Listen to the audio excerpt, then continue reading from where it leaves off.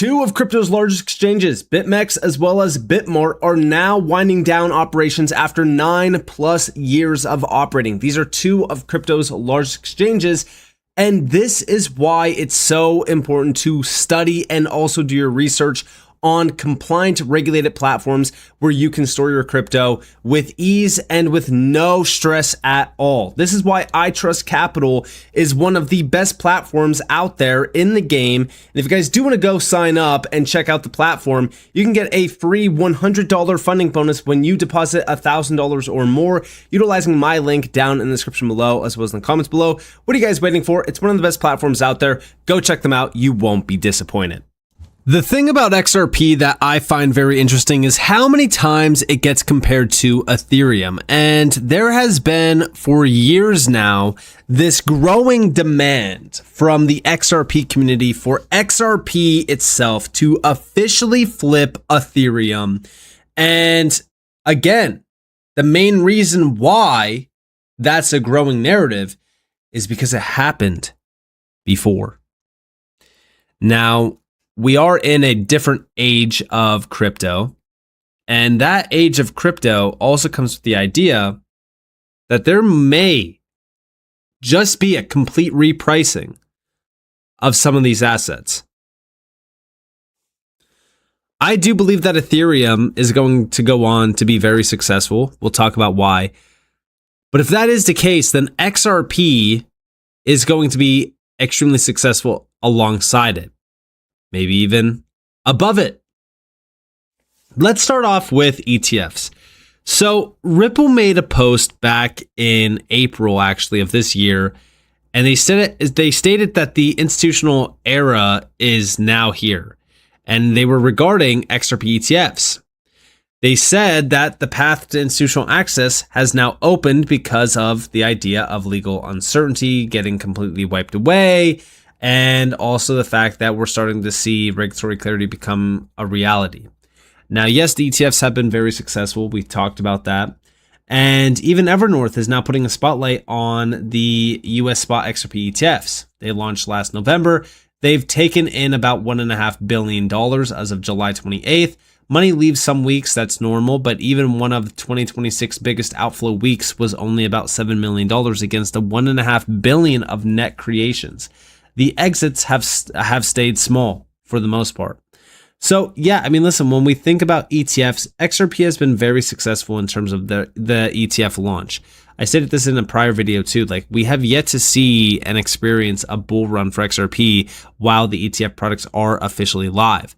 I would assume that, XRP ETFs would bring in so much more than what we see right now if euphoria was hitting the market and if XRP was significantly pumping in the market as well. But so far, the ETFs have been doing very, very well.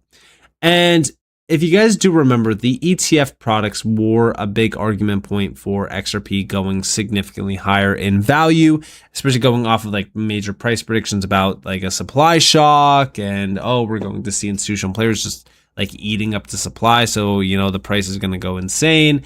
And this also led to some price predictions from players like even Standard Chartered. And if you guys do remember this got posted recently regarding XRP's price predictions from a Standard Chartered employee. Now, most of these are 2030 price predictions. As you guys can see here, $29, $28, $12.68, 24/7 Wall Street, 8 to 12, and then Bitwise low is 13 cents, which I find very interesting.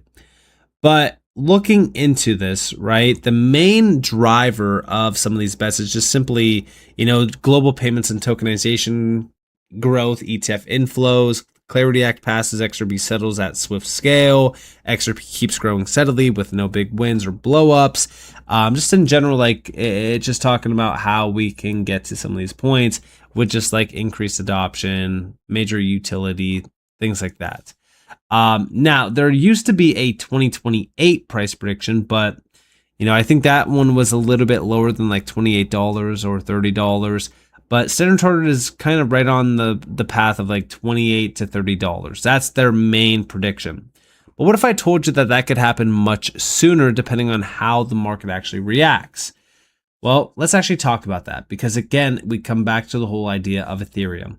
So Ethereum's institutional adoption has been happening for years, even prior to, when it was becoming a big deal. Like even JP Morgan has been utilizing private Ethereum tech since going back as far as like 2016, I believe. But here we have breaking. Morgan Stanley Investment Management launches Ethereum staking ETP. MSIM, which manages $2 trillion in total assets under management, has launched the Morgan Stanley Ethereum Trust. 0.14% expense ratio with an expected 95% of staking rewards passed to investors.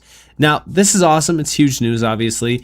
If you guys do want to see more updates regarding institutional access to Ethereum, they do have this this account on X. I don't follow it, but during this entire time, we've been seeing so many big updates regarding institutional access to Ethereum, the ecosystem around it. And even over here, we do have a full, update regarding, the full breakdown of potentially Ethereum going to $20,000. This is, just the staking ETP, obviously, but we also have the Ethereum tokenization expansion. So this is tokenization is expanding Ethereum's role as the infrastructure for institutional finance. We're proud to support Ethereum institutional as it brings researchers, builders, infrastructure providers, and institutions together to accelerate that shift. And yeah, here we have the big announcement of their initial ecosystem funding round and supporter coalition with broad participation and support from individuals and entities focused on driving institutional adoption of Ethereum. And if we're looking at all of the names here, I mean, guys, this is an insane list of names. You do have a ton of big players from the space and also even outside of the space. But you also think about like the institutional players that are tied back to Ethereum. And then you think about like how crazy this list is compared to like the names that are already adopting Ethereum, utilizing Ethereum, and so forth. But that's why Credible Crypto is saying Ethereum to $20,000, because everything's really kind of lining up for that to actually happen. People think that that's insane. I mean, obviously, I'm a little bit more conservative on the side of like, Ethereum going to about like $8,000 to $10,000. But in a full bull run, yeah, we could definitely reach those higher figures. But if we go off of this, even in terms of, looking at TA, the top line for Ethereum now sits at 13.5K. The longer it takes, the higher it goes, long and strong. And yeah, I mean, depending on how long we actually, take to get there, $20,000 could seem pretty cheap compared to like prior cycles where we've gone absolutely parabolic in the market. So yeah, just going off of this, yeah, it seems as though that 13 to like 20K or like 10 to 20K seems to be the safe region for Ethereum this cycle. And what's crazy about that is Moon Lambo did state that imagine if XRP battles Ethereum for number 2 in market cap like it did in 2017 and 2018. If Ethereum really does hit $20,000, then XRP would have to be about roughly $40 with the same market cap. And yeah, it would. That's the crazy part. Even if XRP were off by half, that's still a $20 XRP. Pretty wild. And yeah, it does make a lot of sense. And it's something that I feel would be pretty realistic. Like a $20 XRP, yeah, we've been hearing about a $20 to $30 XRP for years. So this would check out perfectly. And the crazy thing about that is that, if we go over here from Credible Crypto, he said, yep, no doubt in my mind, we hit the $20 to $30 range, and also think it's possible XRP flips Ethereum at some point along the way. For how long is another story. And yeah, I mean, we got pretty close to flipping Ethereum in, I think it was January, right, of 2025. We got pretty close. Pretty close. Obviously, we didn't, but we definitely got very, very close, which is, something that I think is very important to take note of, especially in this situation. Again, Ethereum has been a very dominant name in everything around DeFi, tokenization, stablecoins, everything. So I would assume that if we start to see Ethereum go absolutely parabolic and really kind of lead the way for altcoins again, and we see alt season, yeah, I mean, obviously XRP is going to go insane. XRP is going to probably challenge Ethereum, especially now that we have institutional adoption, the way that we do tokenization, stablecoins, all these crazy things. Also, the catalyst about clarity. I feel like XRP technically has pretty much everything tied back to it. to support, significantly higher price action, especially considering the fact that there's no SEC lawsuit to slow it down this time. So yeah, I would say that XRP battles Ethereum for the number 2 spot and probably flips it. And if we're thinking about that, then yeah, you're looking at a $20 to $30 XRP pretty easily. On the higher end, yeah, we could probably see almost $40, maybe even $50 per XRP. It's going to be a wild ride if this actually checks out. But it makes sense. It does make a lot of sense. Like people will say like Ethereum to $20,000 is ridiculous. But then you look at the market around it and it makes a lot of sense. After years of flat activity, Ethereum wallet data shows an explosive growth curve accelerating into 2026. New wallets created specifically to hold tokenized assets spiked dramatically. For this cohort, RWAs are the reason to come on chain in the first place. This is the market inversion nobody expected. Crypto was supposed to onboard users who then discovered real assets. Instead, real assets are onboarding users who have never touched crypto before. The entry point for the next generation of financial users just changed permanently. And yeah, I mean, everything around Ethereum has been going up in a big way. Transactions as well. And then we think about tokenized value and stablecoins and things like that. And yeah, Ethereum is definitely leading the way. And even if we go over here to RWA.xyz, I mean, we can see the networks that are the largest players around stablecoins. I mean, $155 billion is on Ethereum still. And even when it comes back to tokenized asset value, again, Ethereum is leading the way. Now, for how long is that going to stay the same? We don't know, but the main thing that we're looking at is how crazy the adoption for Ethereum actually is. I mean, this has been slow and steady over the years, and I feel like that will continue. So Ethereum is still a very dominant name in pretty much every aspect. DeFi, stablecoins, tokenization, but I'm only saying this not because I'm an Ethereum bull. I do think that Ethereum will perform very well.